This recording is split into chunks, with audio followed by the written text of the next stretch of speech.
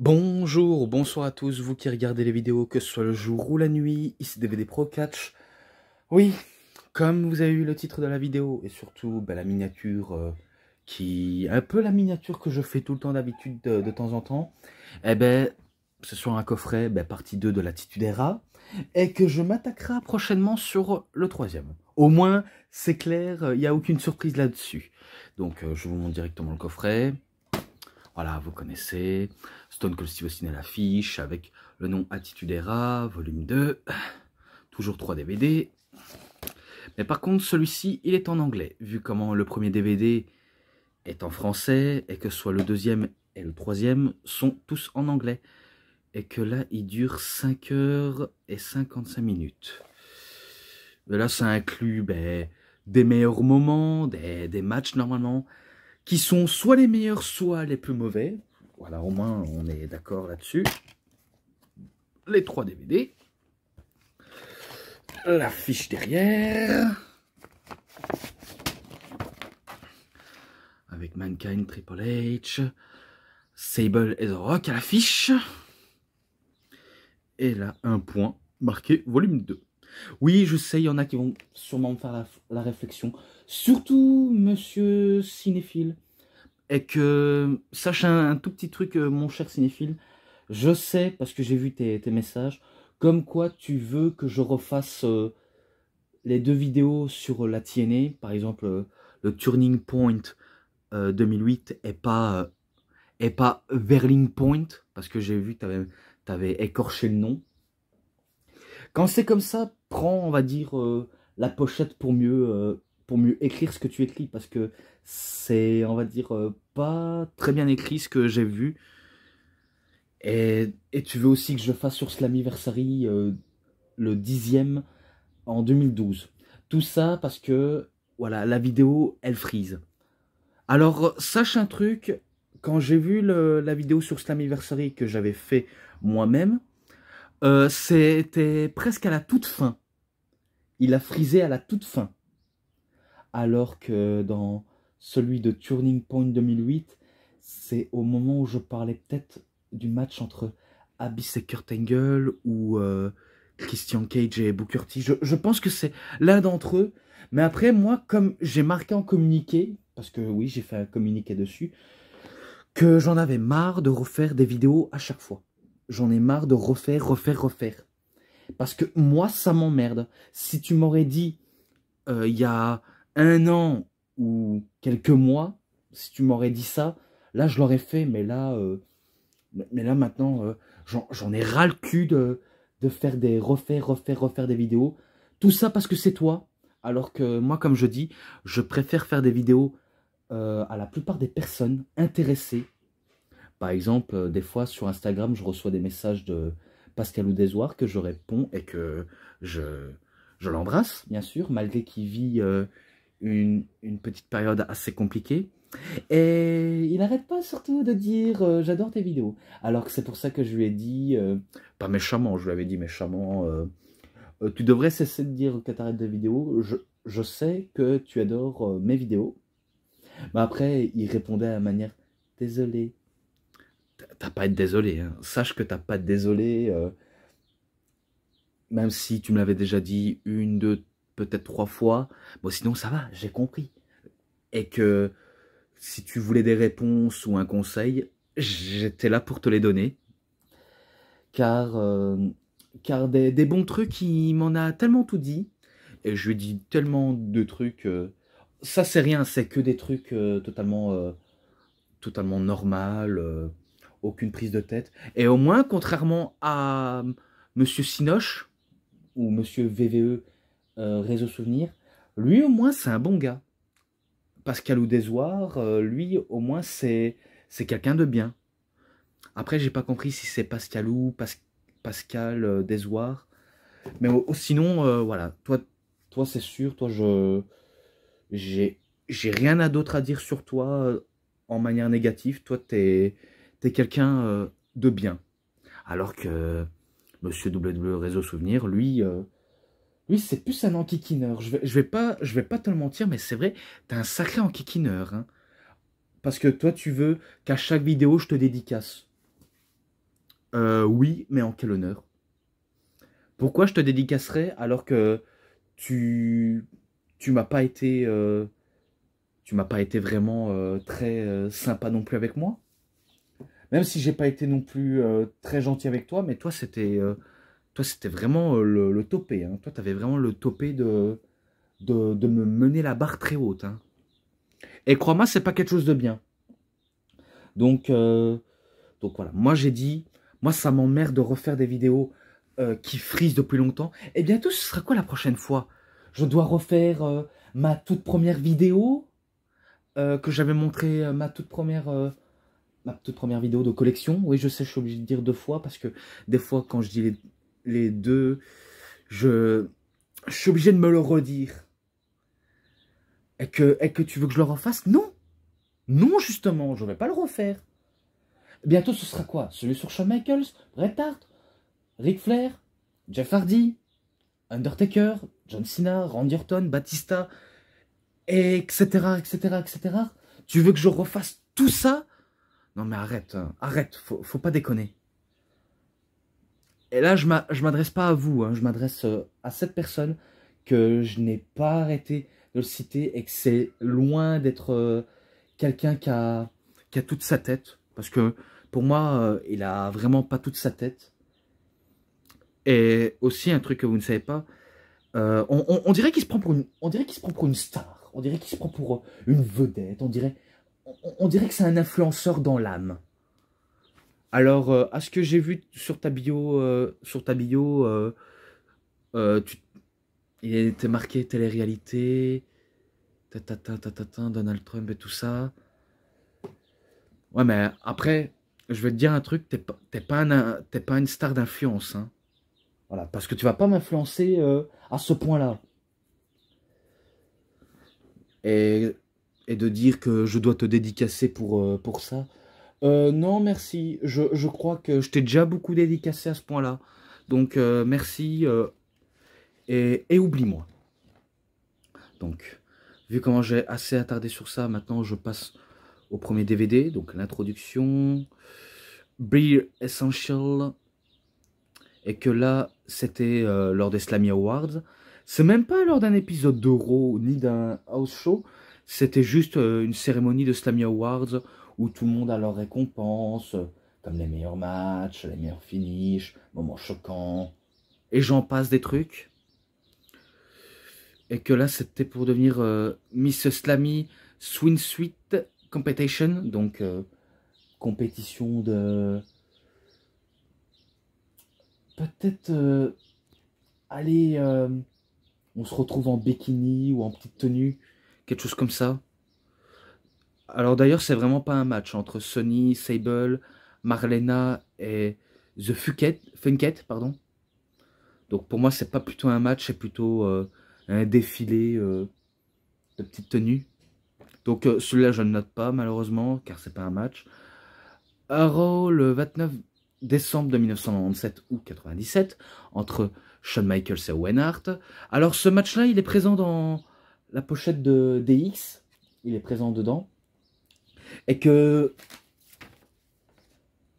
Oh bon, ça je l'ai pas noté. Non, mais casse les pieds.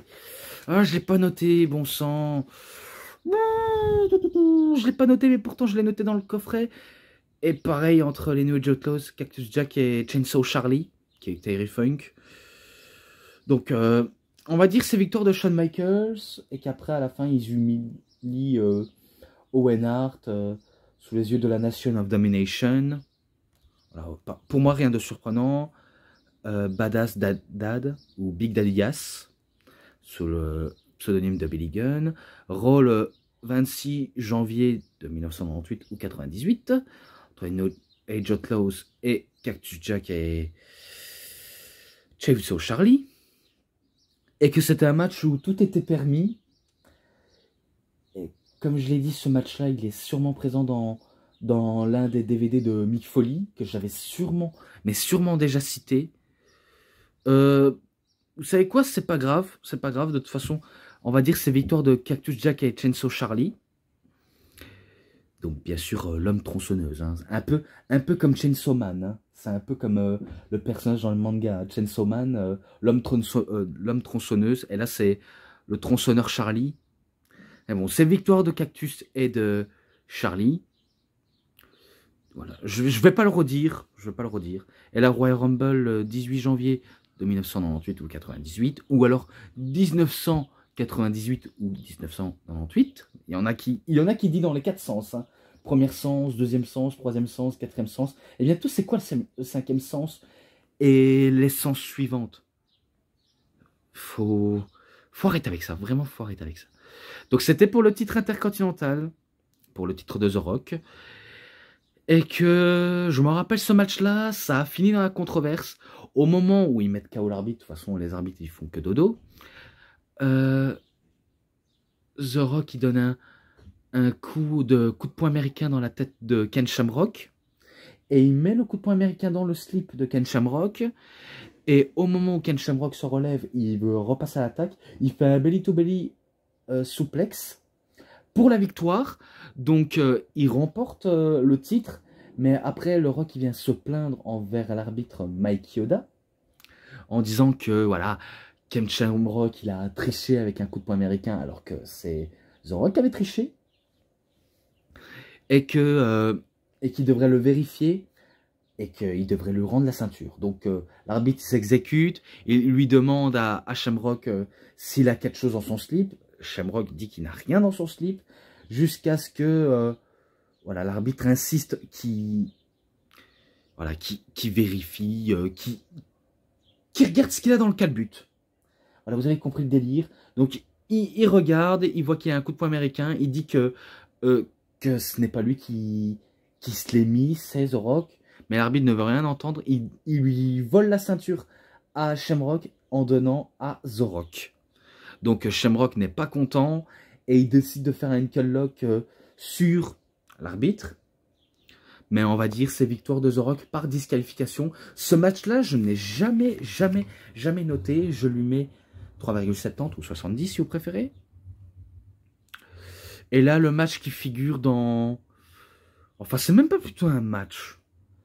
Même si je sais qu'il est présent dans les 15 ans de Raw. Voilà, là.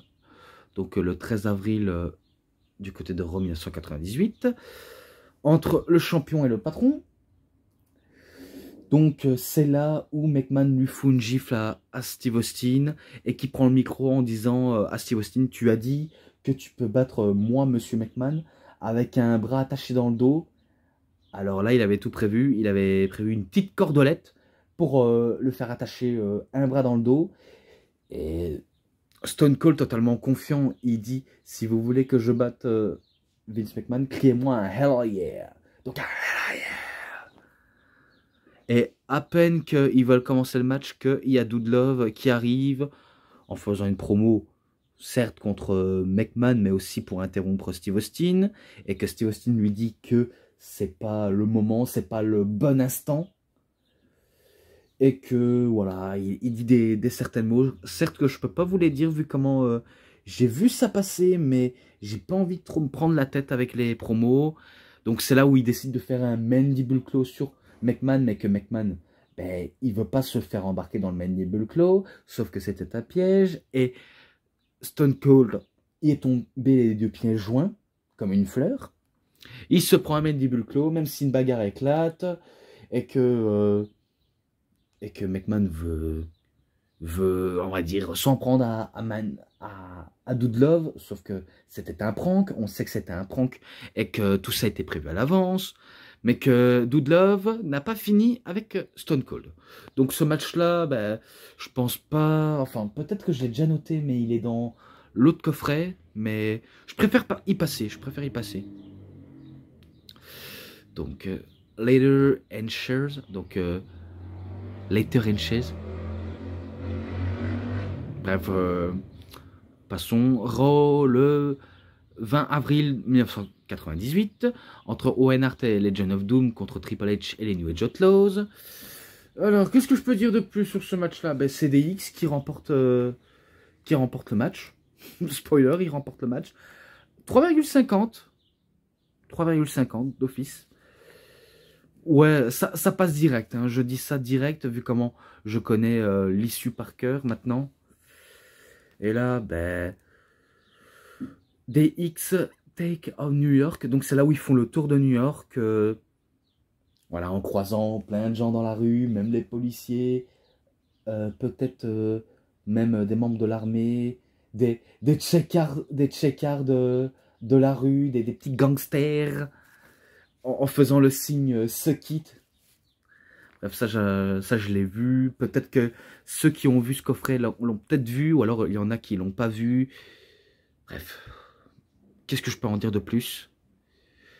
Donc, le 6 juillet 1998, Falls Count Anywhere, pour devenir le challenger numéro 1 au titre de la WWE entre Mankind et Kane. Alors, le match va vite se dérouler comme prévu.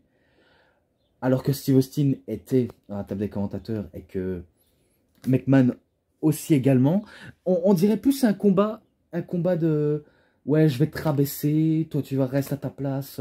On dirait que les deux ils se bouffent en se parlant. Et que Mankind arrive mal en point car il a subi une terrible agression par soi-disant Kane et que ça ne lui empêche pas de continuer le match. Parce que j'avais vu qu'il faisait une promo et que ça l'empêchait pas de faire le match malgré son état critique. Et que c'est là où Kane, voilà, soi-disant Kane, il attaque, voilà, il agresse violemment, il prend une chaise en pleine tête de Mankind et il décide d'en finir le match. Mais sauf que derrière le masque, il s'agissait nul autre que l'Undertaker. Donc à la place de Kane, c'est l'Undertaker qui est le challenger numéro 1. Oui, 2,20 parce que j'ai trouvé que ce match-là était très rapide et que le Falls Count Anywhere, voilà, c'est plutôt un match où tout est permis, hein, même si il n'y a pas eu de tombée partout dans la salle, honnêtement. Let the Dogs Out. Donc, Follow Lodi, le 26 juillet 1998 ou 98. Donc, concours de bikini entre Sable et Jacqueline. Ce match-là, il est sûrement présent dans mon target classique, celui-là. Et je pense déjà l'avoir noté, alors que c'était même pas un match. Donc, Jacqueline, on va dire, je vais dire ça tout de suite, hein, pour mieux détailler. Jacqueline, ben, elle tire son peignoir de chambre et elle apporte la tenue rouge digne d'une stripteaseuse, alors que Sable, elle arrivait, je pense qu'elle arrivait en genre, pas en sac à patates, hein. Ben, pareil, en peignoir de chambre, et qu'elle avait mis un haut, et que, voilà, les raisons pourquoi elle ne peut pas enlever le haut, c'est parce que, voilà, elle n'a pas de soutif, et on a compris le délire, et c'est là où elle enlève son haut, et on voit qu'il y a des mains ben, peinturées sur ses boobs. Si vous avez compris, s'il y a des jeunes qui m'entendent, vous avez bien compris. Sur ses boobs, sur ses seins, donc les mains... Je sais pas qui a eu cette idée-là, mais... Oh, mais... Mais en tout cas, tout ce que je sais, c'est que Jerry Lawler, lui, tel un excité de naissance, j'ai l'impression que dans son pantalon, ça monte. Voilà. Même si je vais trop loin dans mes propos, mais c'est absolument vrai. J'ai l'impression qu'il est à fond, il a envie de bander tellement que ça l'excite de voir des meufs presque à poil. Et je ne saurais pas dire mieux, hein, je ne saurais pas dire mieux. Et que c'est là où McMahon arrive. Voilà, il lui donne sa veste à Sable pour cacher voilà, ses boobs. Et ça se termine là-dessus. Et là, ben encore du côté de Raw, je sais, encore. Mais le 3 août 1998, entre Val Venis et soi-disant Taka Michinoku, contre les Kentai. Alors c'est là où il y a eu ces fameuses histoires entre Val Venis et la... Ah, je ne sais plus comment elle s'appelle, la japonaise. Mais voilà, il y a eu une lésion Val Venis a couché avec elle. Et du coup, les Kentai n'apprécient pas que cet Américain qui a été dans l'industrie pornographique se tape soit leur sœur ou alors je sais pas, leur petite amie, leur copine, quelque chose comme ça. Et ils décident de faire payer à Val Venis pour l'avoir couché avec elle. Je ne sais plus comment elle s'appelle, mais pourtant, elle a sûrement un nom. Et j'espère qu'on ne lui a pas donné un nom totalement cliché, typique japonais, même si je sais que les Japonais ont un nom très japonais. Donc, tel un Yakuza, ils veulent faire payer en coupant son kiki avec un katana. Donc, ils ont fait la référence. Ils ont mis un genre de planche avec des saucisses coupées comme si on allait couper sa queue. Et je ne saurais pas dire mieux. Donc, pour moi, c'est plutôt un match handicap. Ouais, parce que je vois le délire. Val Venis est seul contre les Kentai. Et Michinoku n'est même pas avec Val Venis. Et que, voilà, sous le regard impuissant de cette femme, elle insiste avec grand désarroi, comme si le pire allait arriver. Et également, le pire allait arriver. Donc, le match, c'est, on va dire, arrêté d'office, vu comment les Kentai sont acharnés sur Val Venis. Ils l'ont mis KO, ils l'ont même fait traîner jusque dans les vestiaires. Et ils avaient prévu de lui attacher les mains pour le suspendre sur un crochet et de lui retirer son slip. Et du coup, on a vu la lune, mais sauf que la lune a été floutée. Et que c'est vraiment lunaire ce que je raconte. C'est vraiment lunaire. De toute façon, tout ce que je vais dire, c'est complètement lunaire. Donc, c'est là où il lui coupe son testicule. Alors qu'on sait que c'est faux, hein. Parce que s'il aurait coupé, on n'aurait pas vu une bosse dans son pantalon. Son slip. Vu comment je sais qu'il a l'habitude de faire son entrée avec une serviette et un slip. Et qu'il a la façon de faire des tours de hanches. Qu'est-ce que je peux dire? Mais c'est tellement lunaire. Tellement lunaire.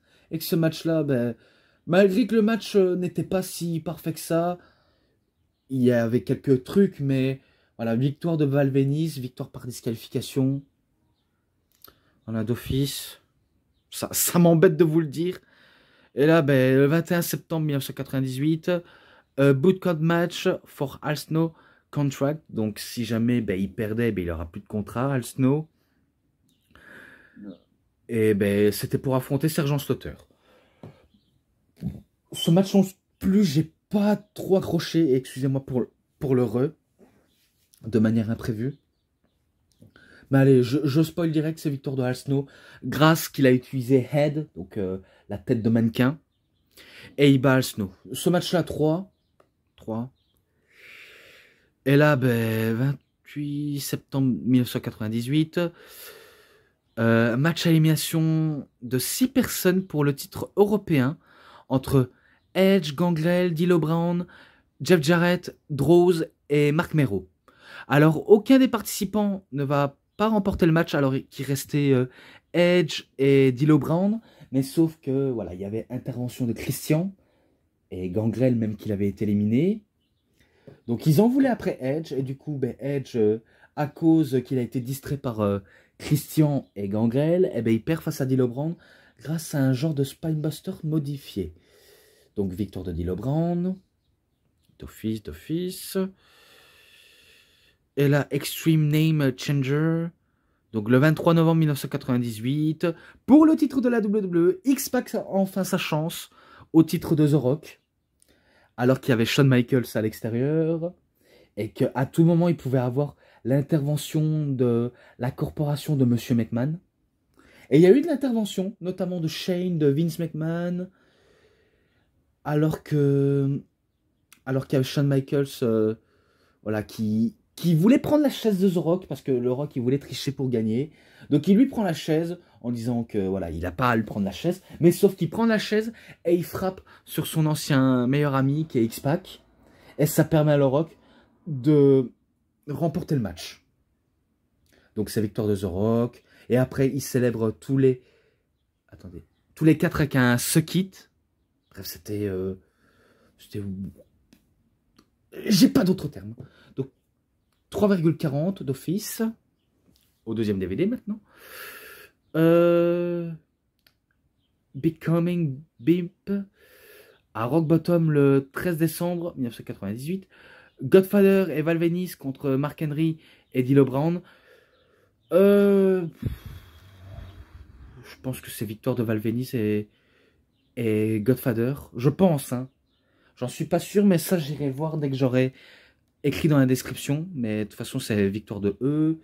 Ce match-là, ben, en description. Donc, encore du côté de Raw. Oui, c'est toujours du côté de Raw. Le 11 janvier 1999 ou 99, Triple H contre Edge. Alors là, c'est la toute première, je crois que c'est leur tout premier affrontement entre les deux hommes. Mais que le match a été quand même très court. Et que Triple H était encore sous le nom de Hunter Hearst Helmsley. Donc, c'est leur premier affrontement. Et que Edge perd pour la première fois face à Triple H. Jusqu'à ce que les années suivent. Les deux seront affrontés soit dans un match triple menace avec John Cena ou avec Jeff Hardy et aussi en 1 contre 1. Donc ils se sont affrontés 2 fois et c'est Triple H qui ressort vainqueur. Parce qu'ils ne sont pas beaucoup affrontés ces deux hommes. Et pour ça ce match-là, 3,50, je lui mets ça. Bloodbath. Un peu comme le terme de Steel Cage. Si Kane il perdait, ben, sa carrière serait terminée. Et il affronte Stone Cold Steve Austin. Donc voilà. Le match va, on va dire, subir ben, lourdes conséquences car il y a disqualification. Donc on va dire c'est qui remporte le match? C'est Stone Cold Steve Austin qui remporte par disqualification, mais que Kane conserve son boulot parce qu'il y avait Undertaker, Paul White qui, on va dire, qui gâchait le match. Et c'est là où il y a The Rock et Mankind qui viennent à la rescousse, même si Stone Cold n'en fait qu'à sa tête et qu'il a besoin de l'aide de personne. Mais bon, malgré qu'il y a eu quelques bons moves dans le match, pas tellement, mais 3,40, je le mets... Enfin, 3,40. Non, c'est pas 3,40, c'est victoire de Kane par disqualification. Qu'est-ce que je raconte, putain? Oh, mon cerveau n'arrête pas de déconnecter à cause de toutes les merdiers qu'il y a eu dans les DVD. Donc, on va dire c'est victoire de Kane, victoire, et par disqualification, il conserve son emploi. 3,60, voilà, je vais pas le redire. Voilà, le 15 mars 1999, pour le titre hardcore, entre Hardcore Holly et le Badass Billy Gunn. Alors. Dans le match, c'est Billy Gunn qui remporte grâce à un Faymasters sur la chaise, donc en battant Hardcore Holly. Ce match-là, 3,20. J'ai pas trouvé si spécial que ça. Et là. Le 5 avril 1999, match en handicap. Big Show contre Triple H et The Rock, même si Big Show se faisait appeler Paul White, encore.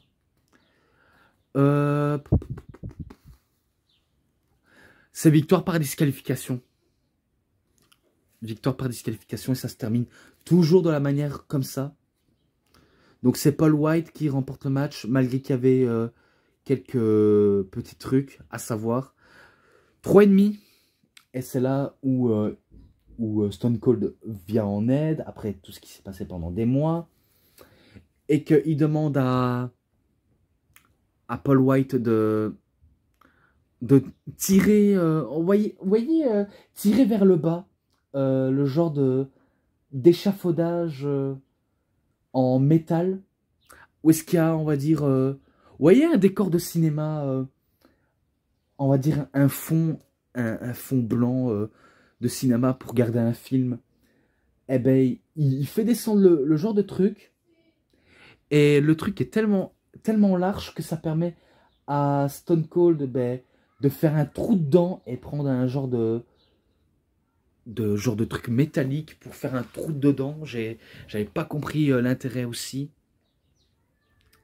Mais bon, si ça l'aide à faire un truc incroyable. Bref, passons à la suite. Bim Bim and the Country, 12 avril 1999. Goldust contre Godfather. Alors, ce match-là, ben, c'est le Godfather qui remporte le match. Hein. Très vite, hein, en plus. Donc, 3,10. Ouais, je le mets ça, 3,10. The Brood contre les Hardy Boys, bien sûr. Au Shootgun Saturday Night, le 17 avril 1999. Alors, Shootgun, c'est un peu à l'instar de Superstars, Main Event, Heat, Velocity, 205 Live, NXT Level Up, et j'en passe des noms. Donc c'est un show où tout le monde, la plupart, s'en fiche le plus. Et que c'est victoire de The Brood. Donc ils battent très rapidement les Hardy Boys, qui n'étaient pas encore le côté extrême aérien, échelle, chaise et table. Ils n'avaient pas encore ce genre de gimmick. Ils avaient l'impression de ressembler à des Rock'n'Roll Express, les Rockers. Voilà, donc ils n'étaient pas encore au top de leur popularité. Donc c'est victoire de The Brood. Et c'est 3,50, malgré un très bon match. Bon, après, qui n'était pas non plus si spécial.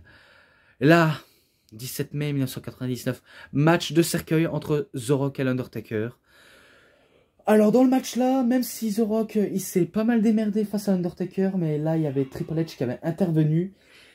Et il était plâtré, The Rock, il était vraiment plâtré. Ça permet à Triple H de prendre sa massue, de donner un coup sur le blas plâtré. Et ça permet à l'Undertaker de finir le boulot. Et que c'est là où Triple H, il va prendre le cercueil. Il va, on va dire, donner des coups de massue dans le cercueil. Je crois qu'il s'était déjà cassé The Rock du cercueil. Parce qu'il faut savoir qu'il y a un petit secret dedans. Mais je peux pas tout vous en dire. C'est à vous de le savoir. Et qu'il donne des coups de massue dans le cercueil. Et ça s'arrête ainsi. Ce match-là, je ne pense pas déjà l'avoir noté. 3,60 après des bons trucs. Mais après, dommage qu'il y a des interventions. Je vous dis, hein, ces trucs comme ça part dans tous les sens. Hein. Dans tous les sens du terme. Et là, match pour le titre intercontinental à Heat. Saturday Night Heat, le 13 juin 1999, entre Jeff Jarrett et Test. Alors, un premier temps, il faut savoir que c'est Test qui remporte le match et que il ne remporte pas la ceinture, vu comment il y avait Debra qui amadouait l'arbitre en disant que le match n'était pas légal et que Jeff Jarrett doit récupérer sa ceinture. Donc Debra, il arrache la ceinture de Test et de l'arbitre, et que ça permet à Jeff Jarrett de conserver son titre. Alors là, c'est un braquage parfait, hein, braquage parfait, mais que c'est pas non plus si fou nichon pour moi. Donc 3,10, voilà. Donc au DVD 3, Drinking White de APA, donc les acolytes, et c'était pour les titres par équipe. Entre Kane et X-Pac contre les acolytes. C'est Kane et X-Pac qui remportent les ceintures par équipe. Après de nombreux échanges de prises. Oui, à chaque fois, je suis obligé de skipper ce qu'il y a dans le match parce que c'est long et c'est lourd à la fois. Donc, je serai obligé pour éviter voilà, de trop en dire. Mais par contre, je vous laisserai regarder pour les plus intéressés. Voilà, si je vous conseille, eh ben, je le conseille à tous. Et non, je ne parle pas de toi, cinéphile. Je préfère parler à des personnes qui veulent soit apprendre ce qui s'est passé dans l'Attitude Era, même s'il y a version française ou anglaise. Je préfère en conseiller certains qui sont intéressés, mais toi, voilà, c'est pas nouveau. C'est pas nouveau avec toi, et que j'ai pas besoin de te dédicacer pour ça. Donc voilà, Victoire de Kane et X-Pac. 3,5 ce match-là. Et là, et là, et là, et là, et là. Sexual Chocolate. Oh non, la thérapie. Thérapie de Mark Henry en tant que gimmick sexuel chocolat. Oh mais ça j'aime pas du tout. J'aime pas. On dirait un peu raciste sexuel ce nom-là. Et j'apprécie pas ce genre de terme. Donc c'est là où il va à Raw et SmackDown. On dirait qu'il croise des psychologues. Comment il se porte au lit. Bref, des trucs pour moi qui me semblent tellement lunaires. Terriblement lunaires. Mais je préfère passer, hein, vraiment passer. Valentine's Day et Night. Oh non, oh non. Encore un seulement avec Mark Henry, avec Mae Young. Oh non. Oh, je préfère passer, mais c'est pas un match. Mais pourquoi vous me faites ça? Franchement, pourquoi la WWE me fait ça? Oh, sérieux, vous déconnez, franchement. Bon. Heureusement qu'il y a des bons matchs, là. Ici, là, je envoie, il y a des matchs. Donc, le 13 mars 2000, pour le titre européen, match triple menace, bien sûr, Kurt Angle contre Chris Jericho contre Taz, pardonnez-moi, donc contre Taz. Alors, ça s'est déroulé à toute allure, vraiment à toute allure, et qu'il y avait des interventions, notamment il y avait l'intervention de Bob Backlund, qui voulait, on va dire, s'occuper de Taz, mais sauf que Taz, lui, voulait faire sa genre de belly to belly over the head suplex, mais il se fait sauver par Kurt Angle. Et au moment où Chris Jericho, il voulait faire son Walls of Jericho, Bob Backlund veut s'attaquer à Jericho en faisant sa crossface chicken wing. Mais c'est là où Chyna donne un coup dans les boules de Bob Backlund. Et ça permet à Kurt Angle de prendre la ceinture européenne et de lui donner un coup en pleine tête pour remporter le match. Donc c'est victoire de Kurt Angle. 3,40. Et là, c'est encore l'affrontement entre Kurt Angle et Chris Jericho. Mais pour le titre intercontinental. Et là, il s'est passé des tas de trucs. Voilà, coup-ci, coup-ça. Et que c'est là où Chris Jericho fait son Walls of Jericho et qu'il arrive à faire abandonner Kurt Angle. Donc c'est victoire de Jericho. Et il remporte le titre intercontinental. Donc ce match-là, 3,60.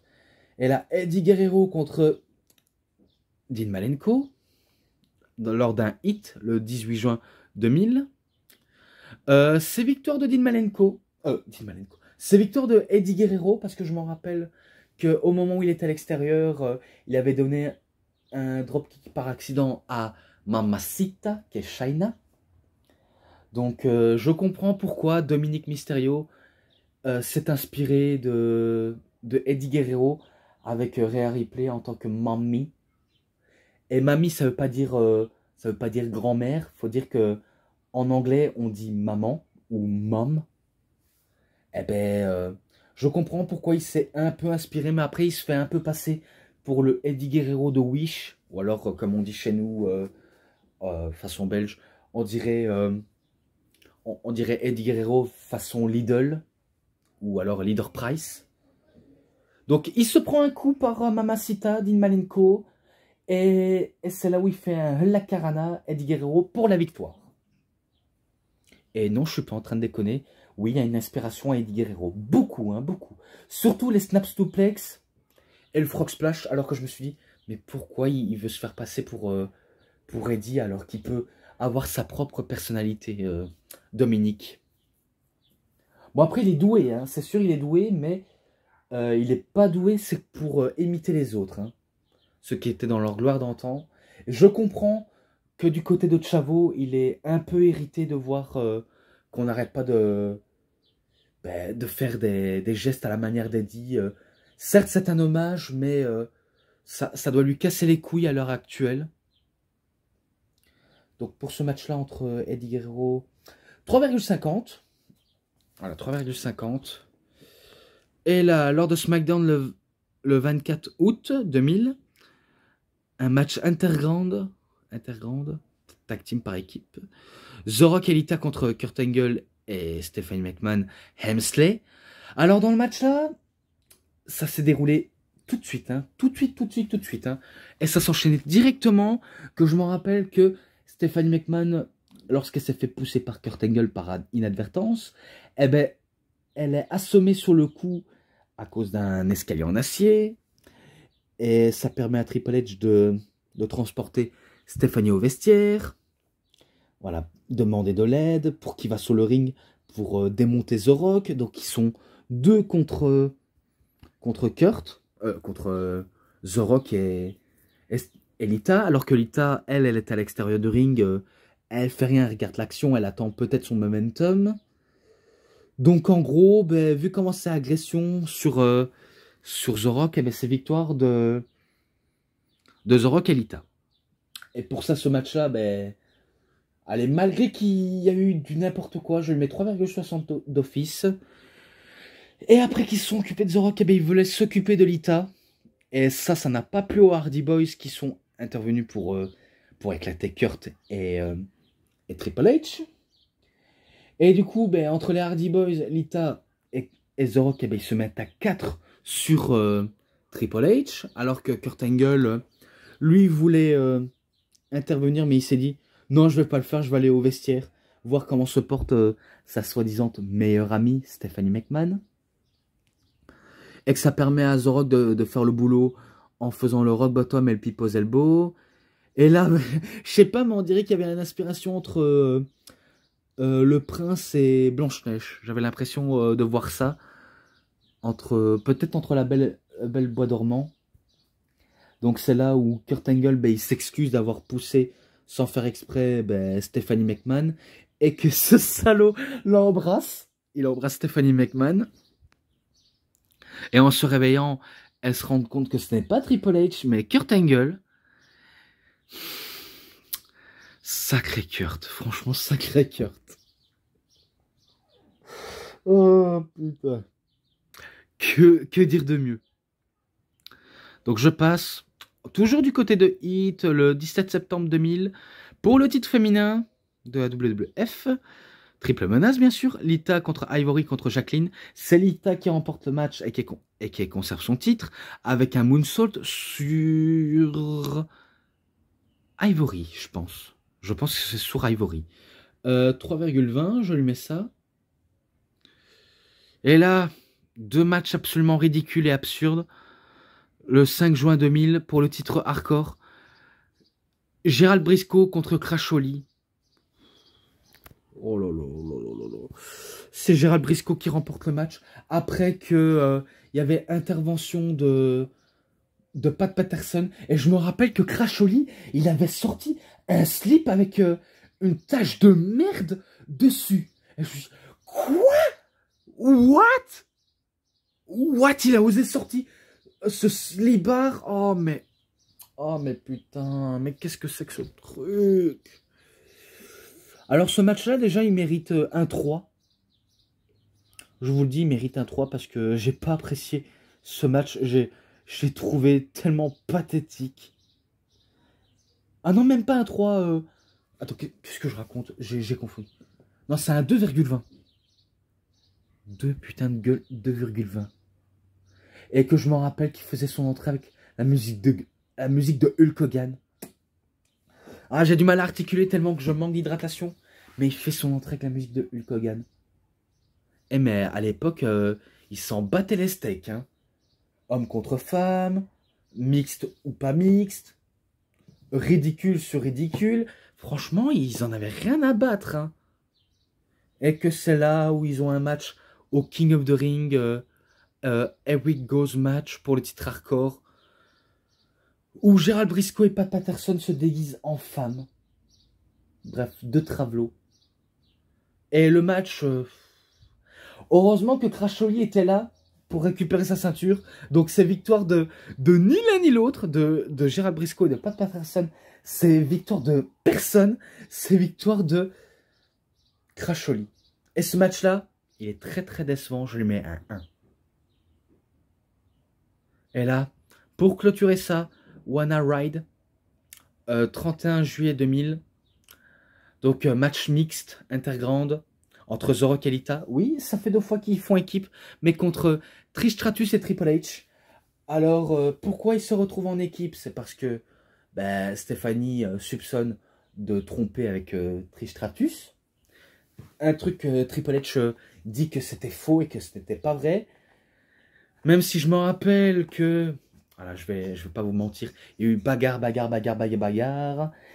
Et entre les deux femmes, ben, c'est sûr c'est Lita qui a le dessus, notamment en faisant son moonsault. Donc c'est elle qui remporte le match entre elle et The Rock. Et ça permet à The Rock de prendre la chaise, de donner un coup dans le dos de Triple H. Et là, un moment très gênant. Au moment où Triple H, il s'écroule par terre, et ben, il y avait Trish Stratus qui était justement par terre. Et du coup, ben, ils font façon 6ix9ine. Et non, je parle pas du rappeur Tekashi 6ix9ine. Non, en gros, ils font un genre de 69. Et je me suis dit, mais what the fuck?